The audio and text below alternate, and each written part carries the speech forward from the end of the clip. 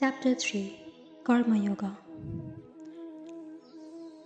Arjuna said, O Janardana, O Kesava, why do you want to engage me in this ghastly warfare if you think that intelligence is better than fruitive work? The Supreme Personality of Godhead, Sri Krishna, has very elaborately described the constitution of the soul in the previous chapter with a view to delivering his intimate friend Arjuna from the ocean of material grief. And the path of realization has been recommended, Buddhi Yoga or Krishna Consciousness. Sometimes Krishna Consciousness is misunderstood to be inertia, and one with such a misunderstanding often withdraws to a secluded place to become fully Krishna conscious by chanting the holy name of Lord Krishna. But without being trained in the philosophy of Krishna consciousness, it is not advisable to chant the holy name of Krishna in a secluded place, where one may acquire only cheap adoration from the innocent public. Arjuna also thought of Krishna consciousness or Buddhi Yoga, or intelligence in spiritual advancement of knowledge, as something like retirement from active life and the practice of penance and austerity at a secluded place. In other words, he wanted to skillfully avoid the fighting by using Krishna consciousness as an excuse. But as a sincere student, he placed the matter before his master and questioned Krishna as to his best course of action. In answer, Lord Krishna elaborately explained Karma Yoga, or work in Krishna consciousness, in this third chapter.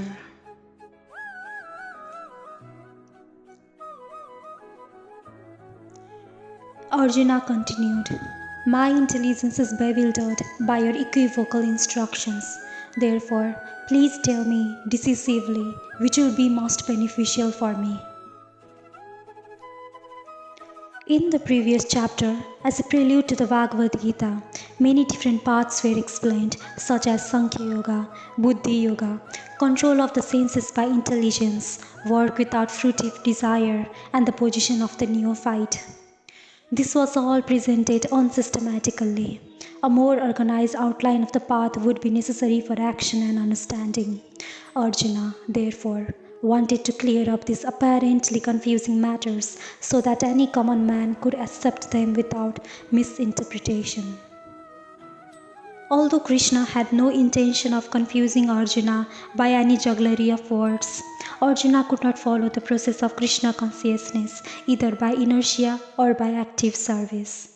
In other words, by his questions, he is clearly the path of Krishna consciousness for all students who seriously want to understand the mystery of the Bhagavad Gita.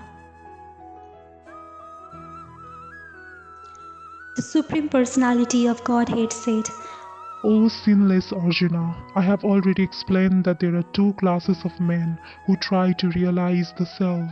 Some are inclined to understand it by empirical, philosophical speculation, and others by devotional service. In the second chapter, the Lord explained two kinds of procedures, namely Sankhya Yoga and Karma Yoga or Buddhi Yoga. In this verse, the Lord explains the same more clearly. Sankhya Yoga, or the analytical study of the nature of spirit and matter, is the subject matter for persons who are inclined to speculate and understand things by experimental knowledge and philosophy. The other class of men work in Krishna consciousness. As it is explained in the 61st verse of the second chapter, the Lord has explained also in another verse that by working by the principles of Buddhi Yoga or Krishna consciousness, one can be relieved from the bonds of action, and furthermore, there is no flaw in the process. The same principle is more clearly explained that the Buddhi Yoga is to depend entirely on the Supreme, or more specifically on Krishna. And in this way, all the senses can be brought under control very easily. Therefore, both the yogas are interdependent as religion and philosophy. Religion without philosophy is sentiment, or sometimes fanaticism, while philosophy without religion is mental speculation. The ultimate goal is Krishna, because the philosophers who are also sincerely searching after the absolute truth come in the end to Krishna consciousness. This is also stated in the Bhagavad Gita. The whole process is to understand the real position of the self in relation to the super self. The indirect process is philosophical speculation by which, gradually, one may come to the point of Krishna consciousness and the other person is directly connecting with everything in Krishna consciousness. Of these two, the path of Krishna consciousness is better because it does not depend on purifying the senses by a philosophical process. Krishna consciousness is itself the purifying process, and by the direct method of devotional service, it is simultaneously easy and sublime.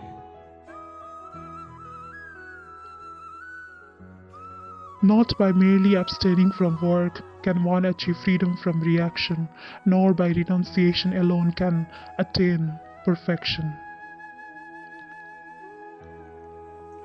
The renounced order of life can be accepted when one has been purified by the discharge of the prescribed form of duties, which are laid down just to purify the hearts of materialistic men. Without purification, one cannot attain success by abruptly adopting the fourth order of life, sannyasa. According to the empirical philosophers, simply by adopting sannyasa or retiring from fruitive activities, one at once becomes as good as Narayana. But Lord Krishna does not approve this principle. Without purification of heart, sannyasa is simply a disturbance to the social order.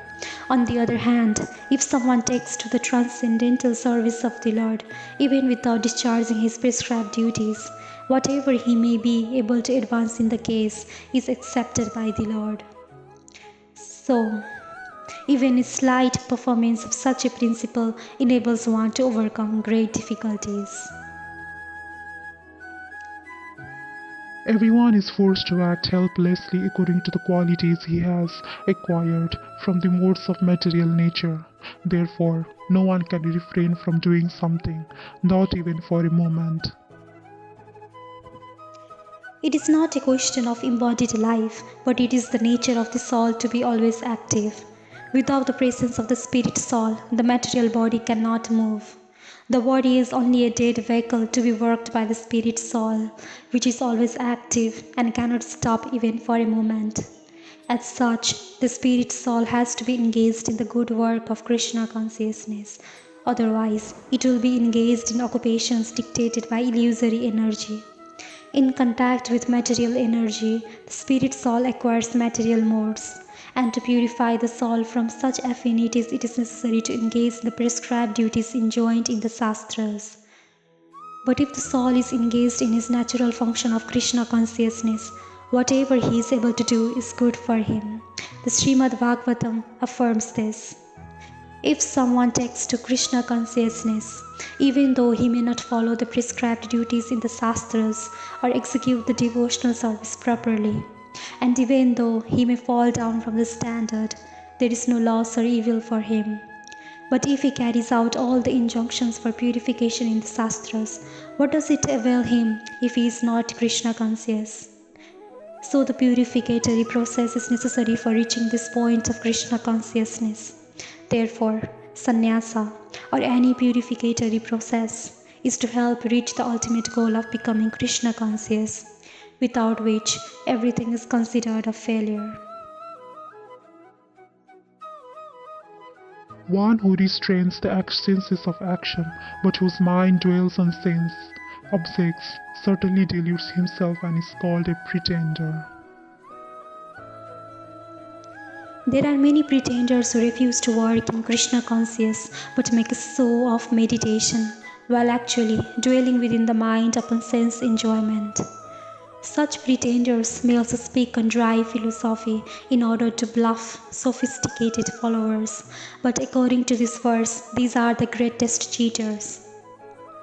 For sense enjoyment, one can act in any capacity of the social order, but if one follows the rules and regulations of his particular status, he can make gradual progress in purifying his existence. But he who makes a show of being a yogi while actually searching for the objects of sense gratification must be called the greatest cheater, even though sometimes he speaks of philosophy. His knowledge has no value because the effects of such a sinful man's knowledge are taken away by the illusory energy of the Lord. Such a pretender's mind is always impure, and therefore his soul of yogic meditation has no value whatsoever. On the other hand, if a sincere person tries to control the active senses by the mind and begins karma yoga in Krishna consciousness without attachment, he is by far superior. Instead of becoming a pseudo-transcendentalist for the sake of wanton living and sense enjoyment, it is far better to remain in one's own business and execute the purpose of life, which is to get free from material bondage and enter into the kingdom of Lord. The prime Svarthagati, or goal of self-interest, is to reach Vishnu. The whole institution of Varna and Ashrama is designed to help us reach the goal of life. A householder can also reach this destination by regulated service in Krishna consciousness. For self-realization, one can live a controlled life as prescribed in the Shastras and continue carrying out his business without attachment and in that way progress. A sincere man who follows this method is far better situated than the false pretender who adopts so brutal spiritualism to cheat the innocent public. A sincere sweeper in the street is far better than the charlatan meditator who meditates only for the sake of making a living. Perform your prescribed duty, for doing so is better than not working. One cannot even maintain one's physical body without work. There are many pseudo-meditators who misrepresent themselves as belonging to high parentage, and great professional men who falsely boast that they have sacrificed everything for the sake of advancement in spiritual life. Lord Krishna did not want Arjuna to become a pretender. Rather, the Lord desired that Arjuna perform his prescribed duties as set forth for Kshatriyas. Arjuna was a householder and a military general, and therefore it was better for him to remain as such and perform his religious duties as prescribed for the householder Kshatriya. Such activities gradually cleanse the heart of a mundane man and free from material contamination. So-called renunciation for the purpose of maintenance is never approved by the Lord, nor by any religious scripture. After all, one has to maintain one's body and soul together by some work. Work should not be given up capriciously, without purification of materialistic propensities. Anyone who is in the material world is certainly possessed of the impure propensity for lording it over material nature, or, in other words, for sense gratification. Such polluted propensities have to be cleared. Without doing so, through prescribed duties, one should never attempt to become a so-called transcendentalist, renouncing work and living at the cost of others. Work done as a sacrifice for Vishnu has to be performed, otherwise work causes bondage in this material world. Therefore, O son of Kunti, perform your prescribed duties for his satisfaction, and in that way you will always remain free from bondage. Since one has to work even for the simple maintenance of the body, the prescribed duties for a particular social position and quality are so made that purpose can be fulfilled. Yajna means Lord Vishnu, or sacrificial performances. All sacrificial performances also are meant for the satisfaction of Lord Vishnu. The Vedas enjoin Yajna Vai Vishnu. In other words, same purpose is served whether one performs prescribed yajnas or directly serves Lord Vishnu.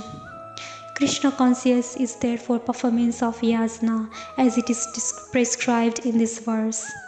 The Varnashrama institution also aims at satisfying Lord Vishnu. Therefore, one has to work for the satisfaction of Vishnu. Any other work done in this material world will be a cause of bondage, for both good and evil work have their reactions, and any reaction binds the performer. Therefore, one has to work in Krishna consciousness to satisfy Krishna or Vishnu, and while performing such activities one is in a liberated state. This is the great art of doing work, and in the beginning, this process requires very expert guidance. One should therefore act very diligently under the expert guidance of a devotee of Lord Krishna or under the direct instruction of Lord Krishna himself. Nothing should be performed for sense gratification, but everything should be done for the satisfaction of Krishna. This practice will not only save one from the reaction of work, but also gradually elevate one to transcendental loving service of the Lord, which alone can raise one to the kingdom of God.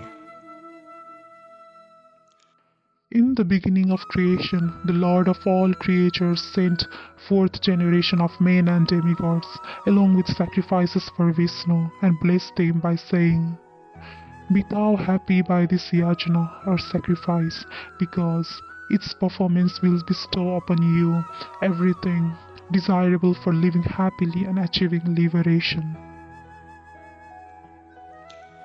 The material creation by the Lord of creatures, Vishnu, is a chance offered to the conditioned souls to come back home, back to Godhead. All living entities within the material creation are conditioned by material nature because of their forgetfulness of their relationship to Vishnu or Krishna, the Supreme Personality of Godhead. The Vedic principles are to help us understand this eternal relation as it is stated in the Bhagavad Gita. The Lord says that the purpose of the Vedas is to understand Him. In the Vedic hymn, it is said, Patim Visvabdipmeswaram. Therefore, the Lord of the living entities is the Supreme Personality of Godhead, Vishnu. In the Srimad Bhagavatam also, Srila Sukadeva Goswami describes the Lord as Pati in so many ways.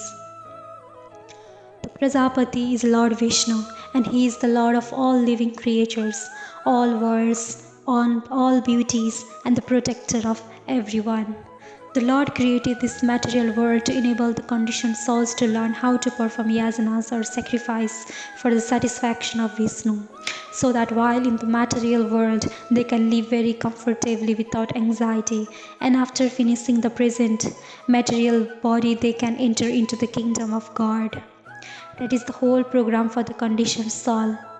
By performance of yajna, the conditioned souls gradually become Krishna conscious and become godly in all respects. In the age of Kali, the Sakirtana yajna, the chanting of the names of the God, is recommended by Vedic scriptures, and this transcendental system was introduced by Lord Chaitanya for the deliverance of all men in this age. Shakirtana yajna and Krishna consciousness go well together.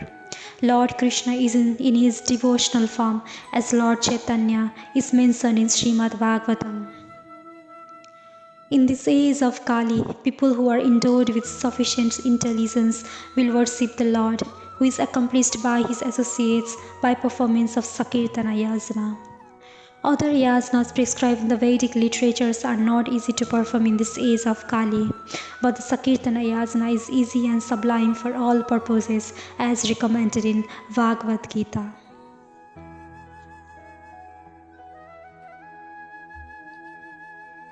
The demigods, being pleased by sacrifices, will also please you, and thus, by cooperation between men and demigods, prosperity will reign for all. The demigods are empowered administrators of material affairs. Supply of air, light, water, and all other benediction for maintaining the body and soul of every living entity is entrusted to the demigods, who are innumerable assistants in different parts of the body of the Supreme Personality of Godhead. Their pleasures and displeasures are dependent on the performance of yajna by the human being. Some of the yajanas are meant to satisfy particular demigods, but even in so doing, the Lord Vishnu is worshipped in all yajanas as a chief beneficiary. It is stated also in the Bhagavad Gita that Krishna himself is the beneficiary of all kinds of yajanas. Therefore, ultimate satisfaction of the yajanapati is the chief purpose of all yajanas. When these yajanas are perfectly performed, naturally the demigods in charge of the different departments of supply are pleased, and there is no scarcity in the supply of natural product. Performance of yasana has many side benefits, ultimately leading to liberation from material bondage. By performance of yajna, all activities become purified, as it is stated in the Vedas. By performance of yajna, one's stables become sanctified, and by eating sanctified foodstuffs, one's very existence becomes purified. By the purification of existence, finer tissue in the memory becomes sanctified. And when memory is sanctified, one can think of the path of liberation. And all this combined together lead to Krishna consciousness, the great necessity of present-day society. In charge of the various necessities of life, the demigods, being satisfied by the performance of yajna or sacrifice, will supply all necessities to you. But he who enjoys such gifts without offering them to the demigods in return is certainly a thief. The demigods are authorized supplying agents on behalf of the Supreme Personality of Godhead, Vishnu. Therefore, they must be satisfied by the performance of prescribed yasanas. In the Vedas, there are different kinds of yasanas prescribed for different kinds of demigods, but all are ultimately offered to the Supreme Personality of Godhead. For one who cannot understand what the personality of Godhead is, sacrifice to the demigods is recommended. According to the different material qualities of the persons concerned, different types of yasanas are recommended in the Vedas. Worship of different demigods is also on the same basis, namely, according to different qualities. For example, the meat eaters are recommended to worship the goddess Kali, the ghastly form of material nature, and before the goddess the sacrifice of animals is recommended. But for those who are in the mode of goodness, the transcendental worship of Vishnu is recommended. But ultimately, all yasanas are meant for gradual promotion to the transcendental position. For ordinary men, at least 5 yasana known as Pancha Maha Yasana are necessary. One should know, however, what all the necessities of life that the human society requires is supplied by the demigod essence of the Lord. No one can manufacture anything. Take, for example, all the eatables of human society. This eatable includes grains, fruits, vegetables, milk, sugar, etc. for the persons in the mode of goodness, and also eatables for the non-vegetarians, like meats, none of which can be manufactured by men. Then again, take for example heat, light, water, air, etc., which are also necessities of life. None of them can be manufactured by the human society. Without the Supreme Lord, there can be no profuse sunlight, moonlight, rainfall, breeze, without which no one can live. Obviously, our life is dependent on supplies from the Lord. Even for our manufacturing enterprises, we require so many raw materials like metal, sulfur, mercury, manganese, and so many essentials, all of which are supplied by the agents of the Lord, with the purpose that He should make proper use of them to keep ourselves fit and healthy for the purpose of self-realization, leading to the ultimate goal of life, namely liberation from the material struggle for existence. This aim of life is attained by performance of yajanas.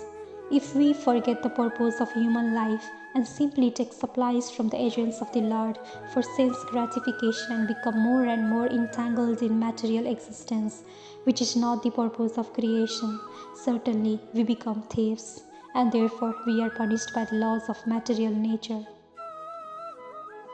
A society of thieves can never be happy because they have no aim in life. The gross materialist thieves have no ultimate goal of life. They are simply directed to sense gratification, nor do they have knowledge of how to perform yajanas. Lord Chaitanya, however, inaugurated the easiest performance of yajana, namely the Sankirtana yajana, which can be performed by anyone in the world who accepts the principle of Krishna consciousness. The devotees of Lord are released from all kinds of sins because they eat food which is offered first for sacrifice. Others, who prepare food for personal sense enjoyment, verily eat only sin.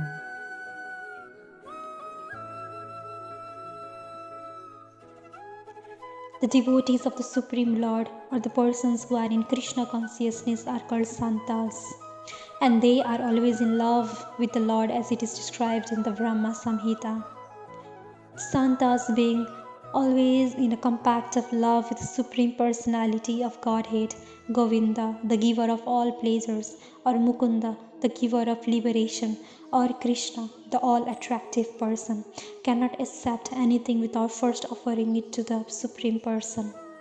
Therefore, such devotees always perform yajanas in different modes of devotional service, such as Shravanam, Kirtanam, Smaranam, Arkanam. And these performances of yajanas keep them always aloof from all kinds of contamination of sinful association in the material world. Others, who prepare food for self or sense gratification, are not only thieves but also the eaters of all kinds of sins. How can a person be happy if he is both a thief and sinful? It is not possible. Therefore, in order for people to become happy in all respects, they must be taught to perform the easy process of Sakirtana Yajana in full Krishna consciousness. Otherwise, there can be no peace or happiness in the world. All living bodies subsist on food grains, which are produced from rains. Rains are produced by performance of yajna, sacrifice, and yajna is born of prescribed duties.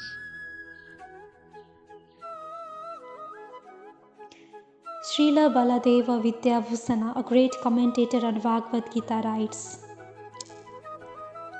the Supreme Lord, who is known as the Yajana Purusa and the personal beneficiary of all sacrifices, is the master of all the demigods, who serve him as the different limbs of the whole body serve the whole. Demigods like Indra, Chandra, and Varuna are appointed officers who manage material affairs, and the Vedas direct sacrifices to satisfy these demigods so that they may be pleased to supply air, light, and water sufficiently to produce food grains. When Lord Krishna is worshipped, the demigods who are different limbs of the Lord are also automatically worshipped. Therefore, there is no separate need to worship the demigods. For this reason, the devotees of the Lord, who are in Krishna consciousness, offer food to Krishna and then eat, a process which nourishes the body spiritually. By such action, not only are past sinful reactions in the body vanquished, but the body becomes immunized to all contamination of material nature. When there is an epidemic disease, an antiseptic vaccine protects a person from the attack of such an epidemic. Similarly, food offered to Lord Vishnu and then taken by us makes us sufficiently resistant to material affection, and one who is accustomed in this practice is called a devotee of the Lord. Therefore, a person in Krishna consciousness who eats only food offered to Krishna can counteract all reactions of past material infections which are impediments to the progress of self-realization. On the other hand, one who does not do so continues to increase the volume of sinful action, and this prepares the next body to resemble hogs and dogs to suffer the resultant reactions of all sins. The material world is full of contaminations, and one who is immunized by accepting prasadam of the Lord, food offered to Vishnu, is saved from the attack, whereas one who does not do so becomes subjected to contamination. Food grains or vegetables are factually eatables. The human being eats different kinds of food grains, vegetables, fruits, etc. And animals eats the refuse of the food grains and vegetables, grass, plants, etc. Human beings who are accustomed to eating meat and flesh must also depend on the production of vegetation in order to eat the animals. Therefore, ultimately, we have to depend on the production of the field and not on the production of big factories. The field production is due to sufficient rain from the sky, and such rains are controlled by demigods like Indra, sun, moon, etc. And they are all servants of the Lord. The Lord can be satisfied by sacrifices. Therefore, one who cannot perform them will find himself in scarcity. That is the law of nature. Yajana, specifically the Sakirtana Yajana prescribed for this age, must therefore be performed to save us at least from scarcity of food supply.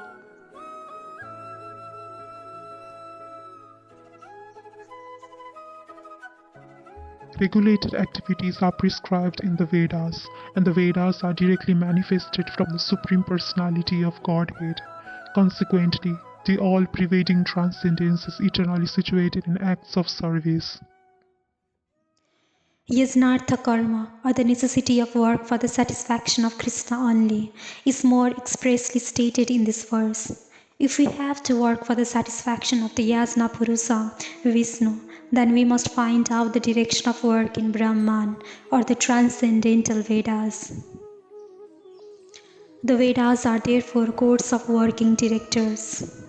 Anything performed without the direction of the Vedas is called vikarma, or unauthorized or sinful work. Therefore, one should always take direction from the Vedas to be saved from the reaction of work. As one has to work in ordinary life by the direction of the state, one similarly has to work under direction of the supreme state of the Lord. Such directions in the Vedas are directly manifested from the breathing of the Supreme Personality of Godhead. It is said, the four Vedas, namely the Rig Veda, Yajur Veda, Samaved, and Atharva Veda, are all inner emanations from the breathing of the great Personality of Godhead. The Lord, being omnipotent, can speak by breathing air, for as it is confirmed in the Brahma Samhita, the Lord has the omnipotence to perform through each of his senses the actions of all other senses. In other words, the Lord can speak through his breathing, and he can impregnate by his eyes. In fact, it is said that he glanced over material nature and thus fathered all living entities. After creating or impregnating the conditioned souls into the womb of material nature, he gave his direction in the Vedic wisdom as to how such conditioned souls can return home, back to Godhead. We should always remember that the conditioned souls in material nature are all eager for material enjoyment. But the Vedic directions are so made that one can satisfy one's perverted desires, then return to Godhead having finished the so-called enjoyment. It is a chance for the conditioned souls to attain liberation. Therefore, the conditioned souls must try to follow the process of yajna by becoming Krishna conscious. Even though those who have not followed the Vedic injunction may adopt the principle of Krishna consciousness, and that will take the place of performance of Vedic yasanas or karmas. My dear Arjuna, one who does not follow in human life the cycle of sacrifice, thus established by the Vedas, certainly leads a life full of sin, living only for the satisfaction of the senses, so that person lives in vain. The Mammonist philosophy of work very hard and enjoy sense gratification is condemned here by the Lord. Therefore, for those who want to enjoy the material world, the above-mentioned cycle of performing yasanas is absolutely necessary. One who does not follow such regulations is living a very risky life, being condemned more and more. By nature's law, this human form of life is specifically meant for self-realization.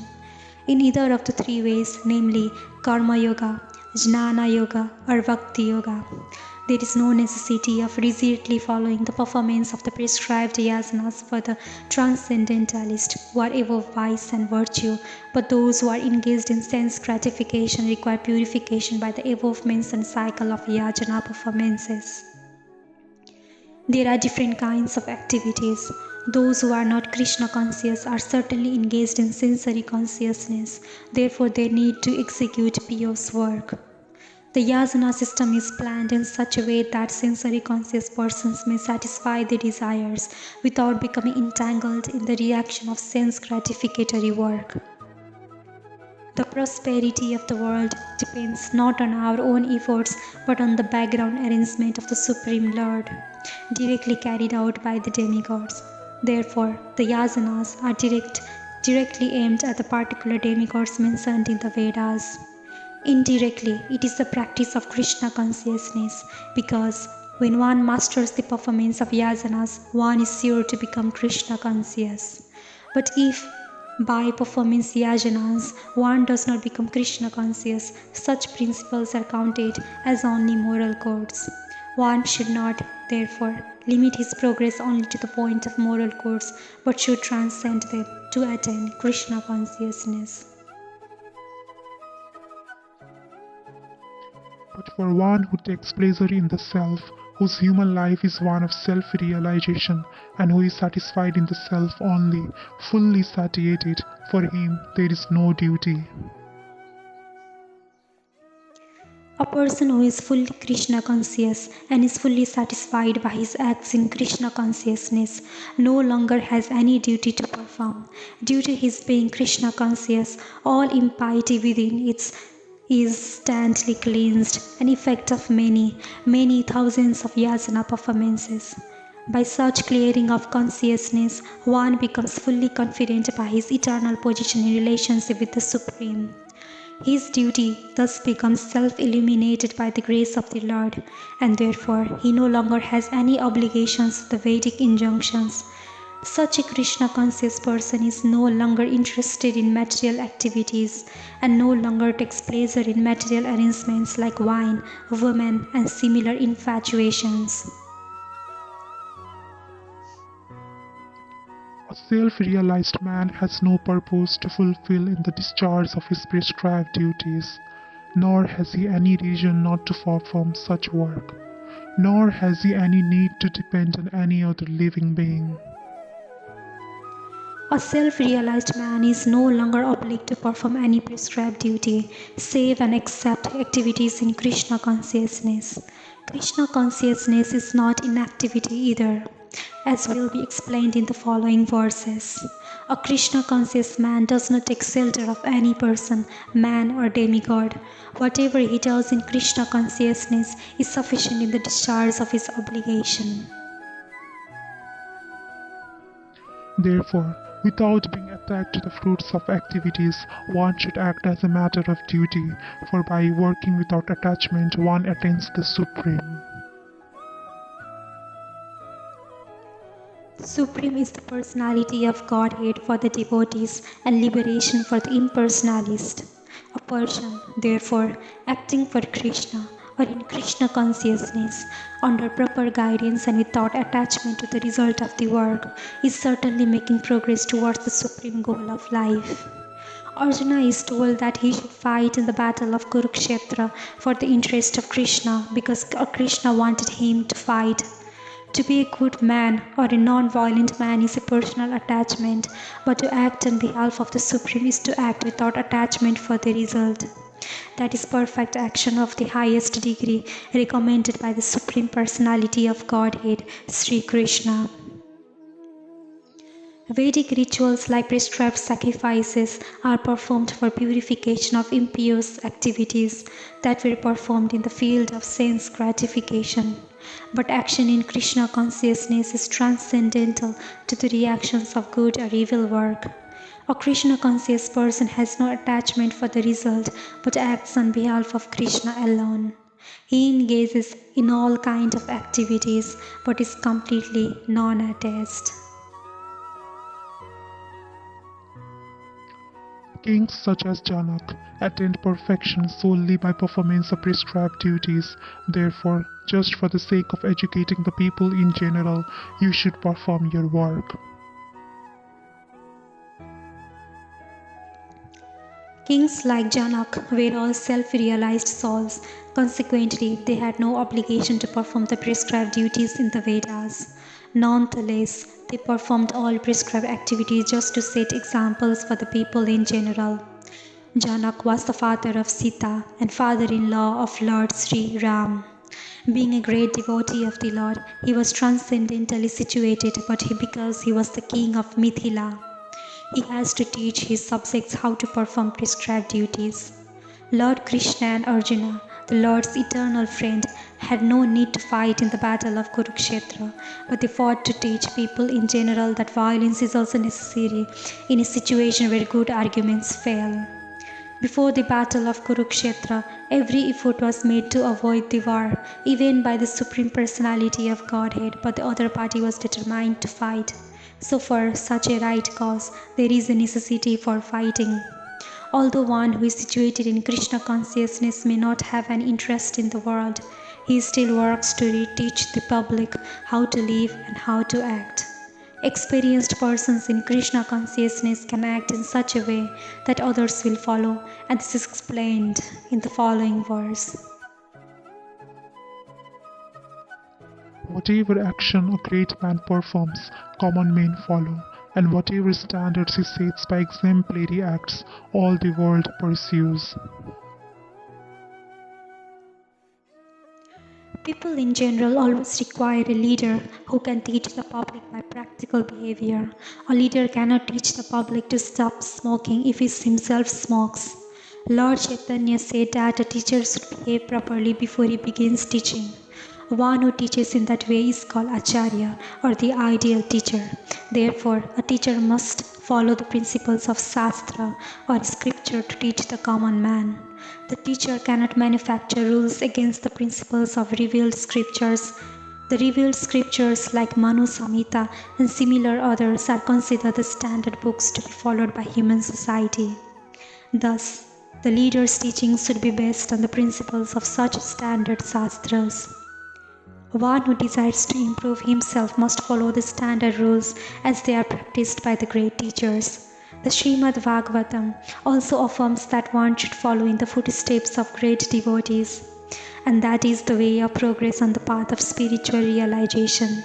The king or the executive head of a state, the father and the school teacher are all considered to be natural leaders of the innocent people in general. All such natural leaders have a great responsibility to their dependents.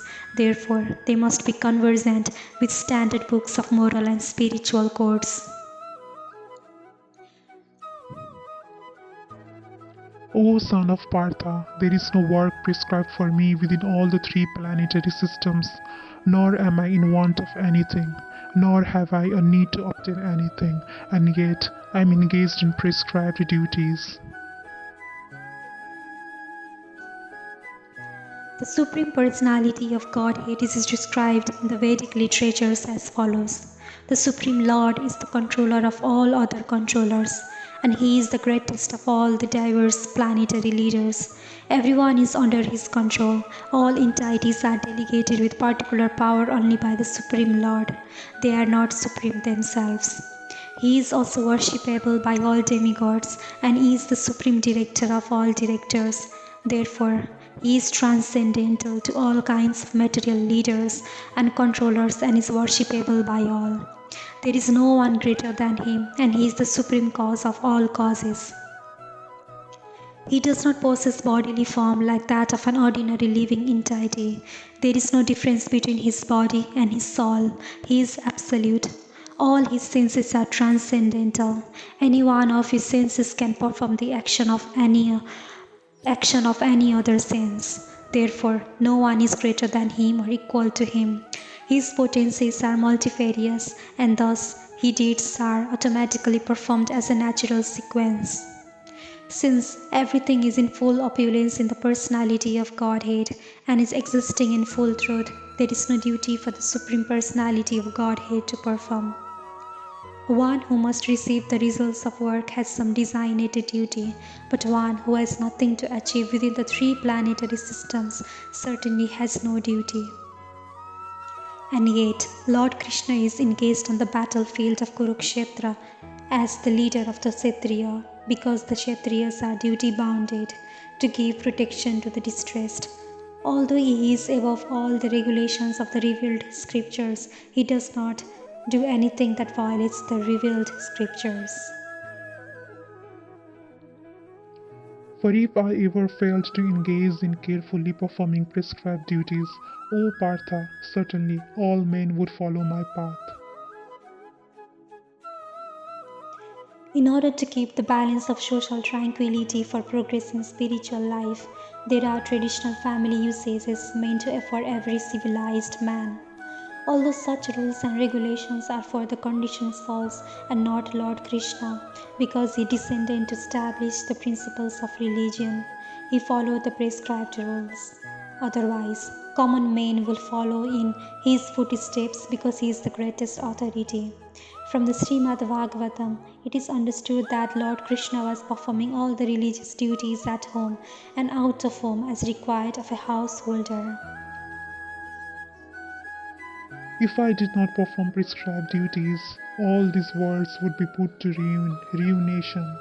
I would be the cause of creating unwanted population, and I would thereby destroy the peace of all living beings.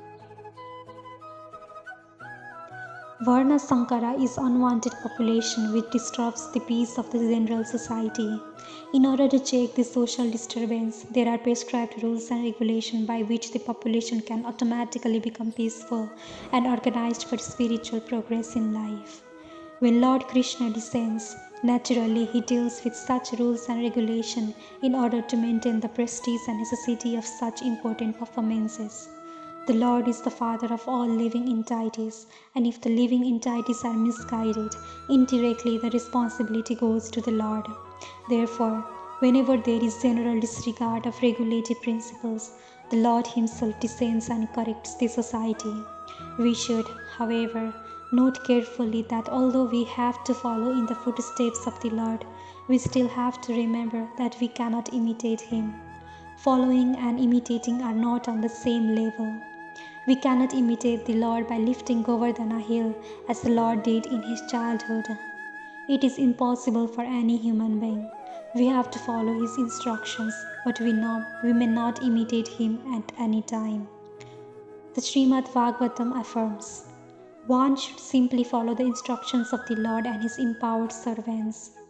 Their instructions are all good for us, and that any intelligent person will perform them as instructed. However, one should guard against trying to imitate their actions.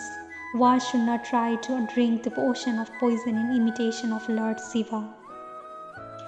We should always consider the position of the Isvaras, or those who can actually control the movements of the sun and moon, as superior. Without such power, one cannot imitate the Isvaras, who are super powerful. Lord Shiva drank poison to the extent of swallowing an ocean, but if any common man tries to drink even a fragment of such poison, he will be killed. There are many pseudo-devotees of Lord Shiva who want to indulge in smoking gaza, marijuana, and similar intoxicating drugs, forgetting that by so imitating the acts of Lord Shiva, they are calling death very near. Similarly, there are some pseudo-devotees of Lord Krishna who prefer to imitate the Lord in his Ras Leela or dance of love, forgetting their inability to lift Govardhana hill. It is best, therefore, that one not try to imitate the powerful, but simply follow their instructions, nor should one try to occupy their post without qualification. There are so many incarnations of God without the power of the Supreme Godhead.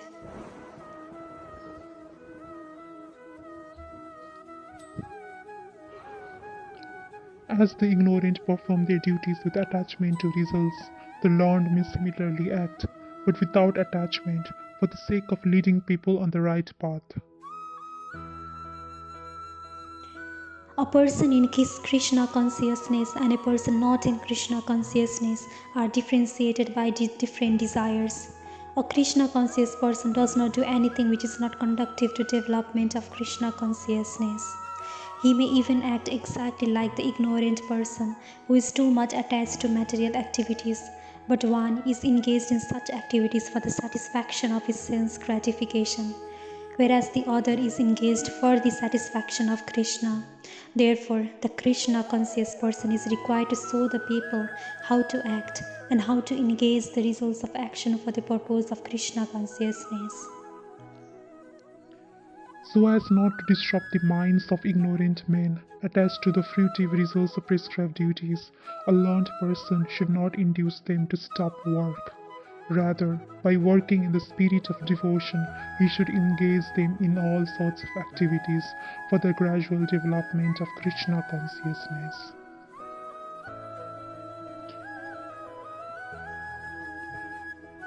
That is the end of all Vedic rituals.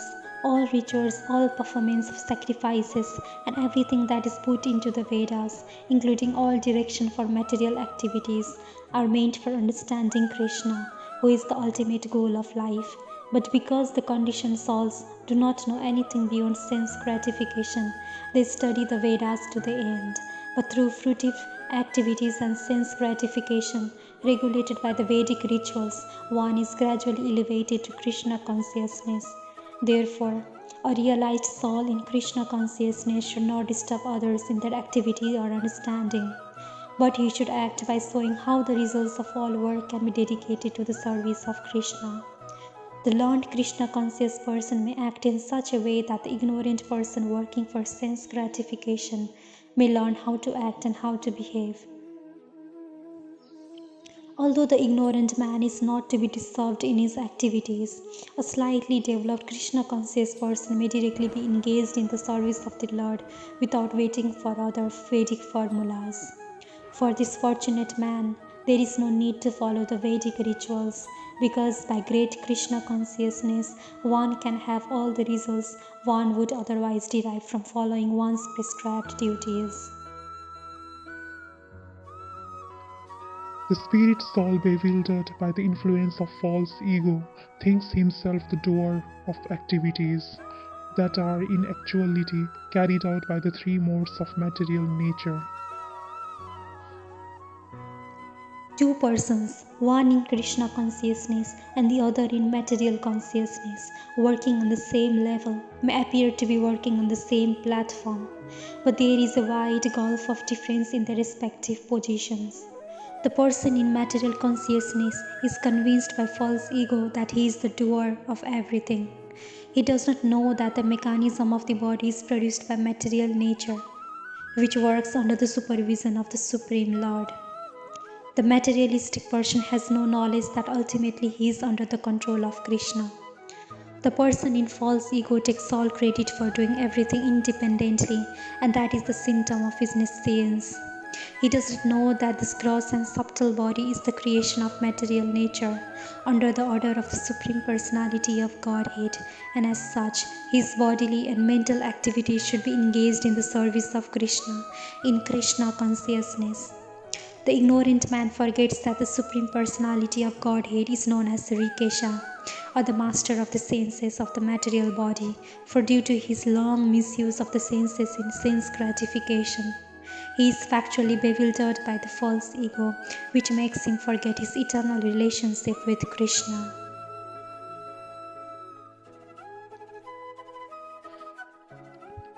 One who is in knowledge of the absolute truth, almighty armed, does not engage himself in the senses and sense gratification, knowing well the differences between work in devotion and work for fruitive results. The knower of the absolute truth is convinced by his acquired position in material association. He knows that he is part and parcel of the Supreme Personality of Godhead, Krishna, and that his position should not be in the material creation. He knows his real identity as part and parcel of the Supreme, who is eternal bliss and knowledge, and he realizes that somehow or other he is entrapped in the material conception of life. In his pure state of existence, he is meant to dovetail his activities in devotional service to the Supreme Personality of Godhead, Krishna. He therefore engages himself in the activities of Krishna consciousness and becomes naturally unattached to the activities of the material senses, which are all circumstantial and temporary. He knows that his material condition of life is under the supreme control of the Lord.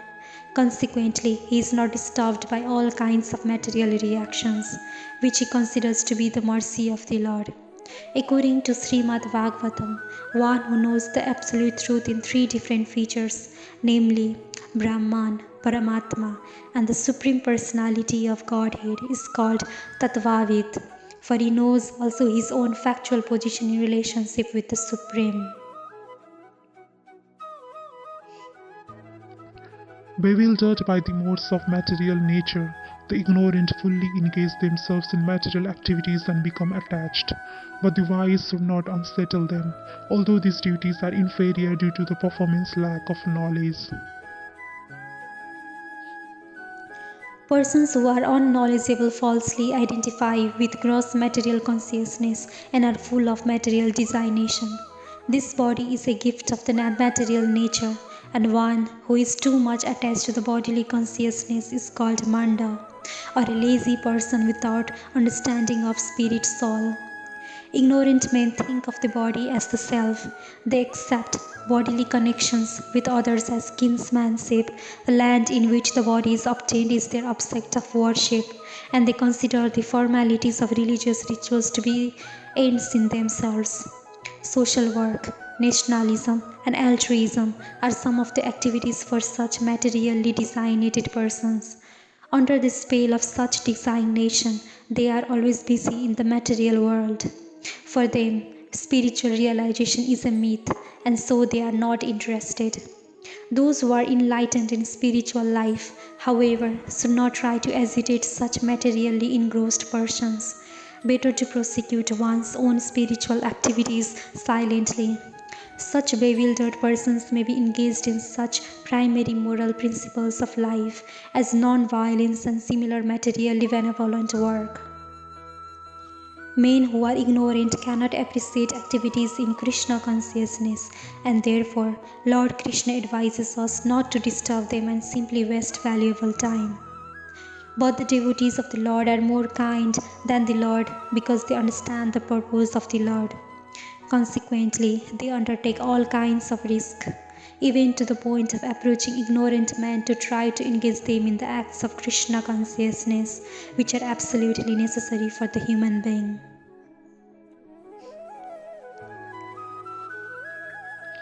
Therefore, O Arjuna, surrendering all your works unto me, with full knowledge of me, without desires for profit, with no claims to proprietorship, and free from lethargy, fight. This verse clearly indicates the purpose of the Bhagavad Gita. The Lord instructs that one has to become fully Krishna conscious to discharge duties as if in military discipline. Such an injunction may make things a little difficult. Nevertheless, duties must be carried out with dependence on Krishna, because that is the constitutional position of the living entity.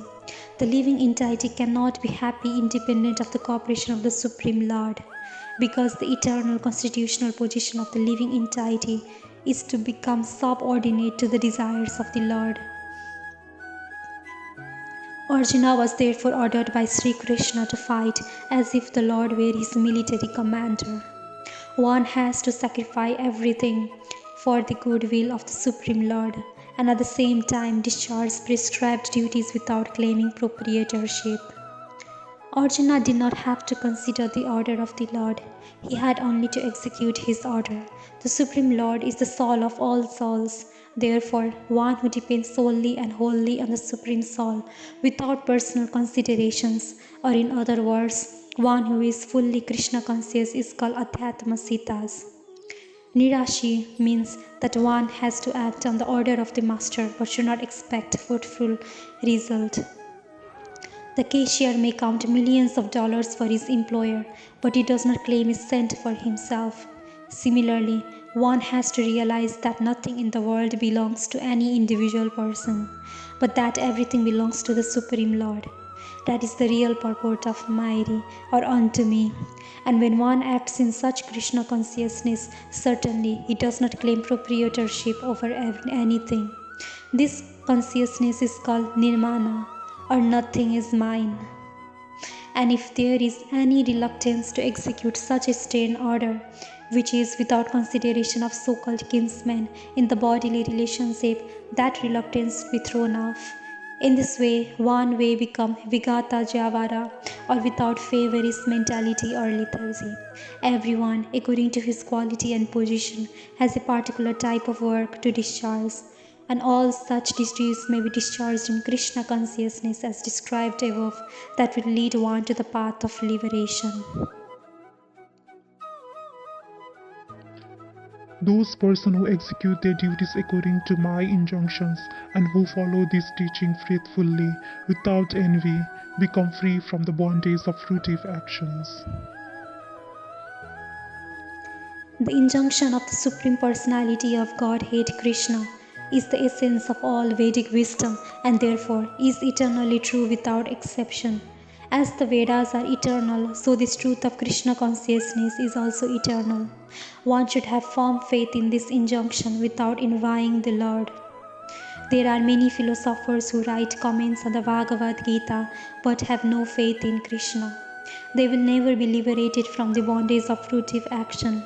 But an ordinary man with firm faith in the eternal injunction of the Lord, even though unable to execute such orders, becomes liberated from the bondage of the law of karma.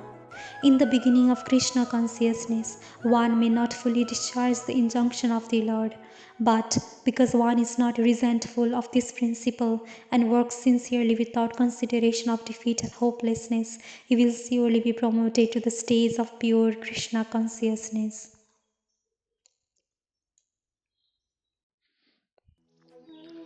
But those who, out of envy, disregard these teachings and do not follow them are to be considered bereft of all knowledge, befooled and ruined in their endeavors for perfection. The law of not being Krishna conscious is clearly stated herein.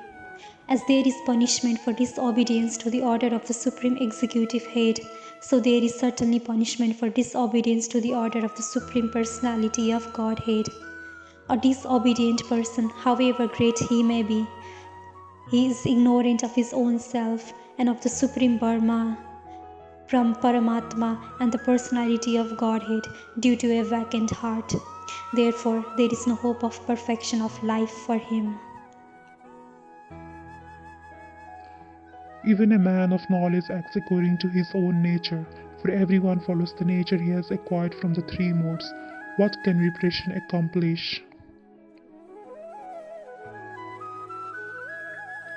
Unless one is situated on the transcendental platform of Krishna consciousness, he cannot get free from the influence of the modes of material nature, as it is confirmed by the Lord in the 7th chapter.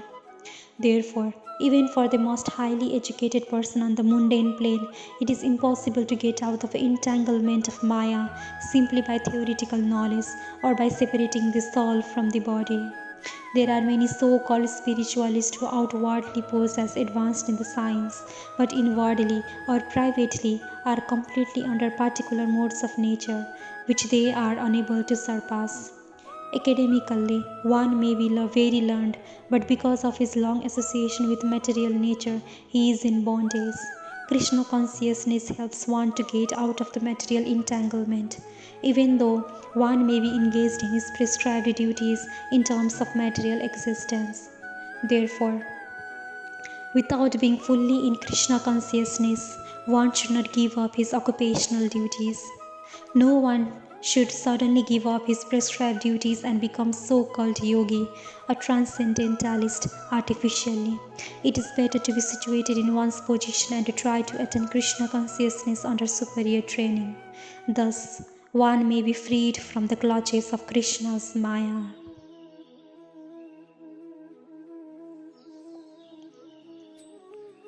There are principles to regulate attachment and aversions pertaining to the senses and their objects. One should not come under the control of such attachment and aversions because they are stumbling blocks on the path of self-realization.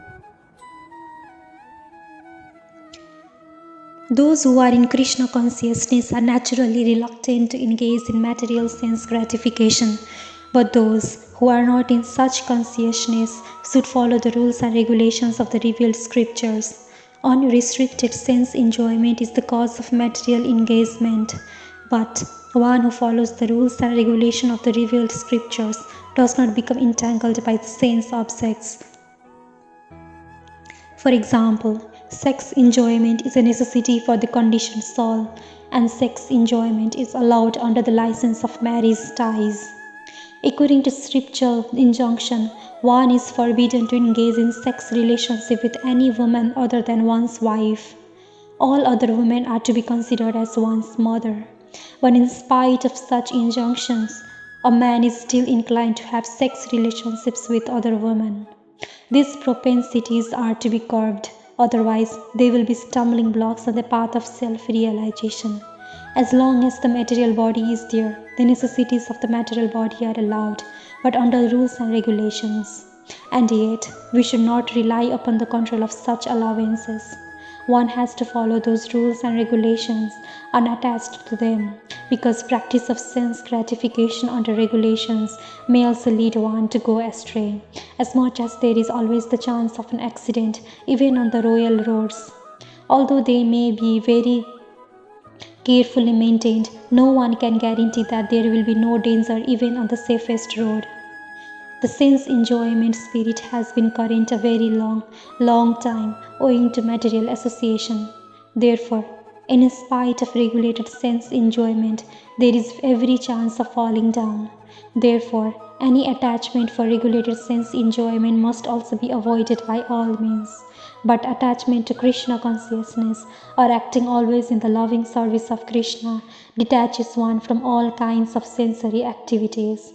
Therefore, no one should try to detach from Krishna consciousness at any stage of life. The whole purpose of detachment from all kinds of sense attachment is ultimately to become situated on the platform of Krishna consciousness. It is far better to discharge one's prescribed duties, even though faultily, than another's duties perfectly. Distractions in the course of performing one's own duty is better than engaging in another's duties, for to follow another's path is dangerous. One should therefore discharge his prescribed duties in full Krishna consciousness rather than those prescribed by others. Materially, prescribed duties are duties enjoined according to one's psychological condition under the spell of modes of material nature. Spiritual duties are as ordered by the spiritual master for the transcendental service of Krishna. But whether material or spiritual, one should stick to his prescribed duties even up to death, rather than imitate another's prescribed duties. Duties on the spiritual platform and duties on the material platform may be different, but the principle of following the authorized direction is always good for the performer. When one is under the spell of the modes of material nature, one should follow the prescribed rules for his particular situation and should not imitate others. For example, a Brahmana who is in the mode of goodness is non-violent, whereas a Kshatriya who is in the mode of passion is allowed to be violent. As such, for a Kshatriya, it is better to be vanquished following the rules of violence than to imitate a Brahmana who follows the principles of non-violence. Everyone has to cleanse his heart by a gradual process, not abruptly.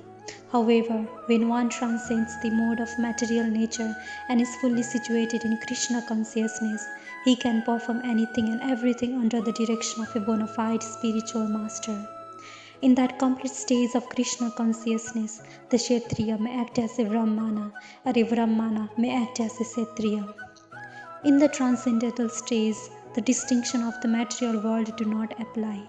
For example, Visvamitra was originally a Kshatriya, but later on he acted as a Brahmana, whereas Parshurama was a Brahmana, but later on he acted as a Kshatriya.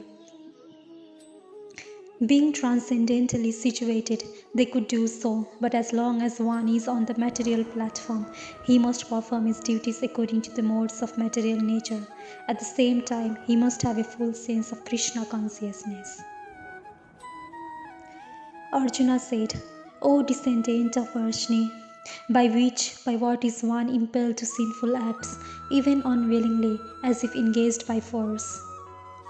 A living entity as part and parcel of the Supreme is originally spiritual, pure, and free from all material contamination. Therefore, by nature he is not subject to the sins of the material world. But when he is in contact with the material nature, he acts in many sinful ways without hesitation, and sometimes even against his will. As such, Arjuna's question to Krishna is very sanguine as to the perverted nature of the living entities. Although the living entity sometimes does not want to act in sin, it is still forced to act. Sinful actions are not, however, impelled by the super soul within, but are due to another cause, as the Lord explains in the next verse. The Supreme Personality of Godhead said, It is lust only, Arjuna, which is born of contact with the material mode of passion and later transformed into wrath. and which is the all-devouring sinful enemy of this world. When a living entity comes in contact with the material creation, his eternal love for Krishna is transformed into lust, in association with the mode of passion. Or in other words, the sense of love of God becomes transformed into lust, as milk in contact with sour tamarind is transformed into yogurt. Then again, when lust is unsatisfied, it turns into wrath. Wrath is transformed into illusion, and illusion continues to material existence. Therefore, lust is the greatest enemy of the living entity, and it is lust only which induces the pure living entity to remain entangled in the material world. Wrath is the manifestation of the mode of ignorance. These modes exhibit themselves as wrath and other corollaries. If, therefore, the mode of passion, instead of being degraded into the mode of ignorance, is elevated to the mode of goodness by the prescribed method of living and acting, then one can be saved from the degradation of wrath by spiritual attachment. The Supreme Personality of God had expanded himself into many for his ever-increasing spiritual bliss, and the living entities are parts and parcels of the spiritual bliss. They also have partial independence, but by misuse of their independence, when the service attitude is transferred into the propensity for sense enjoyment, they come under the sway of lust.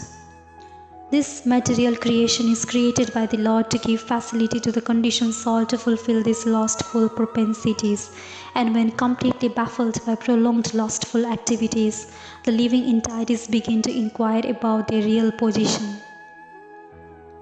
This inquiry is beginning of the Vedanta Sutras, wherein it is said, Atato Brahma Jnasa, one should inquire into the Supreme, and the Supreme is defined as the origin of everything is the Supreme Brahman. Therefore, the origin of lust is also in the Supreme. If, therefore, lust is transformed into love for the Supreme or transformed into Krishna consciousness, or, in other words, desiring everything for Krishna, then both lust and wrath can be spiritualized. Hanuman, the great servitor of Lord Rama, exhibited his wrath by burning the golden city of Ravana, but by doing so, he became the greatest devotee of the Lord. Here also, in Bhagavad Gita, the Lord induces Arjuna to engage his wrath upon his enemies for the satisfaction of the Lord. Therefore, lust and wrath, when they are employed in Krishna consciousness, become our friends instead of our enemies. As fire is covered by smoke, as a mirror is covered by dust, or as the embryo is covered by the womb, the living entity is similarly covered by different degrees of this lust. There are 3 degrees of covering of the living entity by which his pure consciousness is obscured. This covering is but lust, under different manifestations like smoke in the fire, dust on the mirror, and the womb above the embryo. When lust is compared to smoke, it is understood that the fire of the living spark can be a little perceived. In other words, when the living entity exhibits his Krishna consciousness slightly, he may be likened to the fire covered by smoke. Although fire is necessary when there is a smoke, there is no overt manifestation of fire in the early stage. This stage is like the beginning of Krishna consciousness. The dust on the mirror refers to the cleansing process of the mirror of the mind by so many spiritual methods. The best process is to chant the holy names of the Lord. The embryo covered by the womb is an analogy illustrating a helpless position, for the child in the womb is so helpless that he cannot even move. This stage of living condition can be compared to that of the trees. The trees are also living entities, but they have been put in such a condition of life by such a great exhibition of lust that they are almost void of all consciousness. The covered mirror is compared to the birds and beasts, and the smoke-covered fire is compared to the human being. In the form of a human being, the living entity may revive a little Krishna consciousness, and if he makes further development, the fire of spiritual life can be kindled in the human form of life. By careful handling of the smoke in the fire, fire can be made to blaze. Therefore, the human form of life is a chance for the living entity to escape the entanglement of material existence. In the human form of life, one can conquer the enemy, lust, by cultivation of Krishna consciousness under able guidance.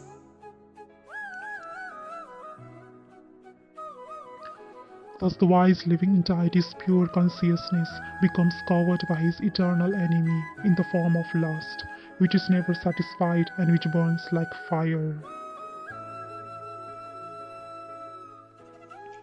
It is said that in the Manusmriti that lust cannot be satisfied by any amount of sense enjoyment, just as fire is never extinguished by a constant supply of fuel.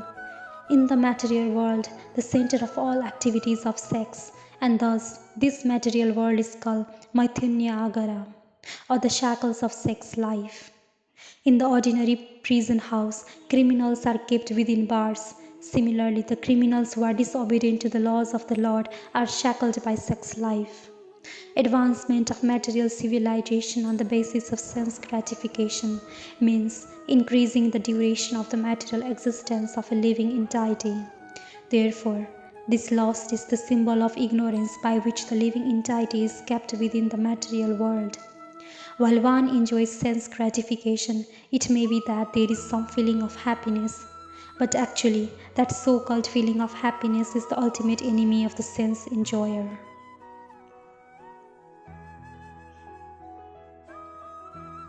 The senses, the mind, and the intelligence are the sitting places of this lust. Through them, lust covers the real knowledge of the living entity and bewilders them.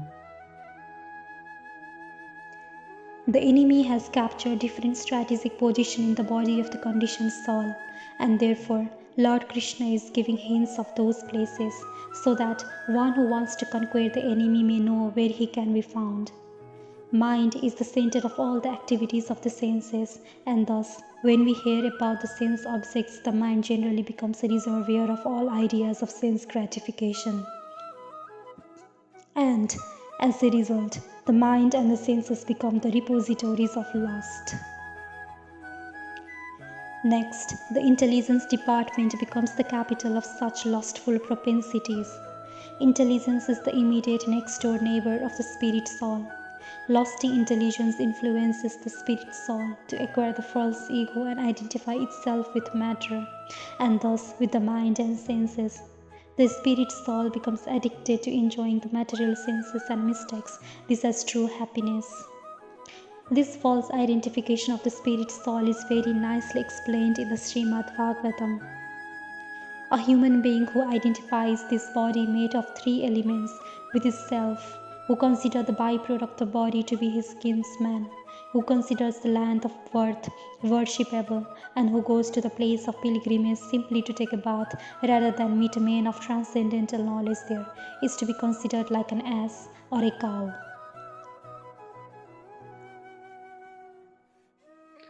Therefore, O Arjuna, best of the Bharatas, in the very beginning carve this great symbol of sin, lust, by regulating the senses, and slay this destroyer of knowledge and self-realization.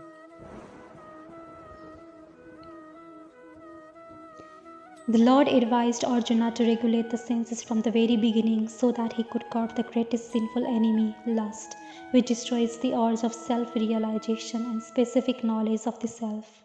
Jnana refers to knowledge of self as distinguished from non-self, or in other words, knowledge that the spirit soul is not in the body.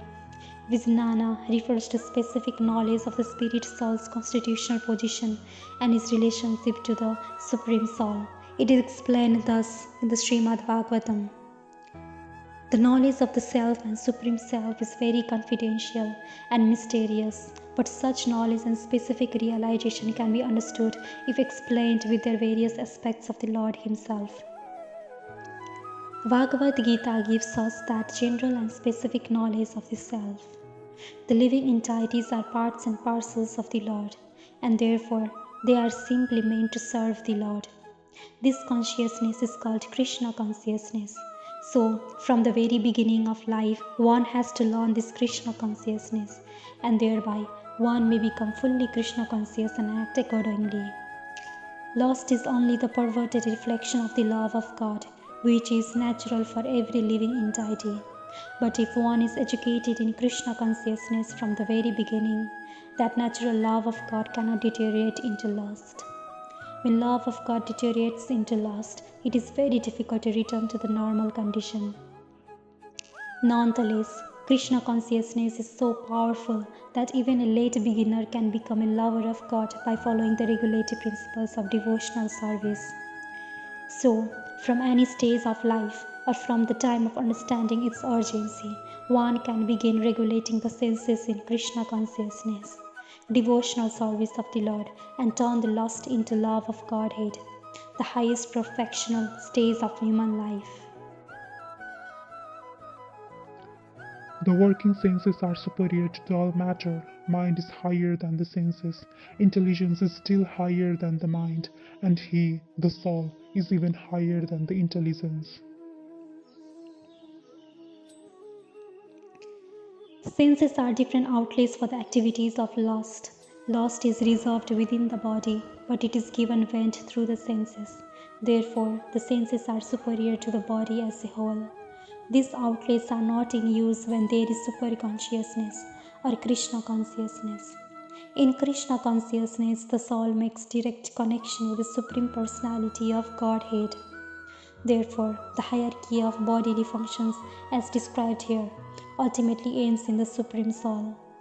Bodily action means the functions of the senses, and stopping the senses means stopping all bodily actions. But since the mind is active, then even though the body may be silent and at rest, the mind will act as it does during dreaming. But above the mind is the determination of the intelligence, and above the intelligence is the soul proper. If therefore the soul is directly engaged with the Supreme, naturally all other subordinates, namely the intelligence, mind, and senses, will be automatically engaged. In the Katha Upanishad, there is a similar passage in which it is said that the objects of sense gratification are superior to the senses, and mind is superior to the sense objects. If, therefore, the mind is directly engaged in the service of the Lord constantly, then there is no chance that the senses will become engaged in other ways. This mental attitude has already been explained. Param dristiva nivartate. If the mind is engaged in the transcendental service of the Lord, there is no chance of its being engaged in the lower propensities. In the Katha Upanishad, the soul has been described as Mahan, the Great. Therefore, the soul is above all, namely the sense objects, the senses, the mind, and the intelligence. Therefore, directly understanding the constitutional position of the soul is the solution of the whole problem.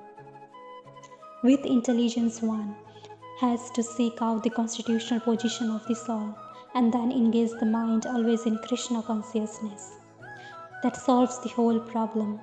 A neophyte spiritualist is generally advised to keep aloof from the objects of the senses.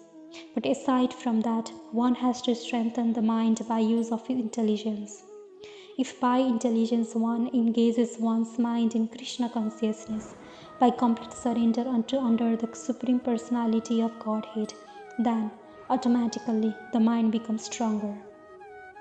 And even though the senses are very strong, like serpents, they will be no more effective than serpents with broken fangs. But even though the soul is the master of intelligence and mind, and the senses also, still, unless it is strengthened by association with Krishna in Krishna consciousness, there is very chance of falling down due to the agitated mind.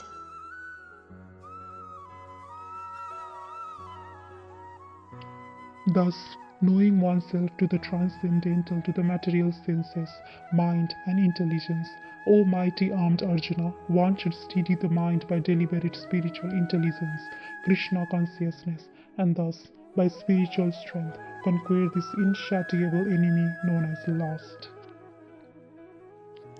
This third chapter of the Bhagavad Gita is conclusively directive to Krishna consciousness by knowing oneself as the eternal servitor of the Supreme Personality of Godhead, without considering impersonal voidness the ultimate end. In the material existence of life, one is certainly influenced by propensities for lust and desire for dominating the resources of material nature. Desire for overloading and for sense gratification is the greatest enemy of the conditioned soul. But by the strength of Krishna consciousness, one can control the material senses, the mind, and the intelligence. One may not give up work and prescribe duties all of a sudden, but by gradually developing Krishna consciousness, one can be situated in a transcendental position without being influenced by the material senses and the mind, by steady intelligence directed towards one's pure identity. This is the sum total of this chapter. In the immature stage of material existence, philosophical speculations and artificial attempts to control the senses by the so-called practice of yogic postures can never help a man towards spiritual life. He must be trained in Krishna consciousness by higher intelligence. Thus end the Bhakti-Vedana purports to the third chapter of the Srimad Bhagavad Gita in the matter of Karma Yoga, or the discharge of one's prescribed duty in Krishna consciousness.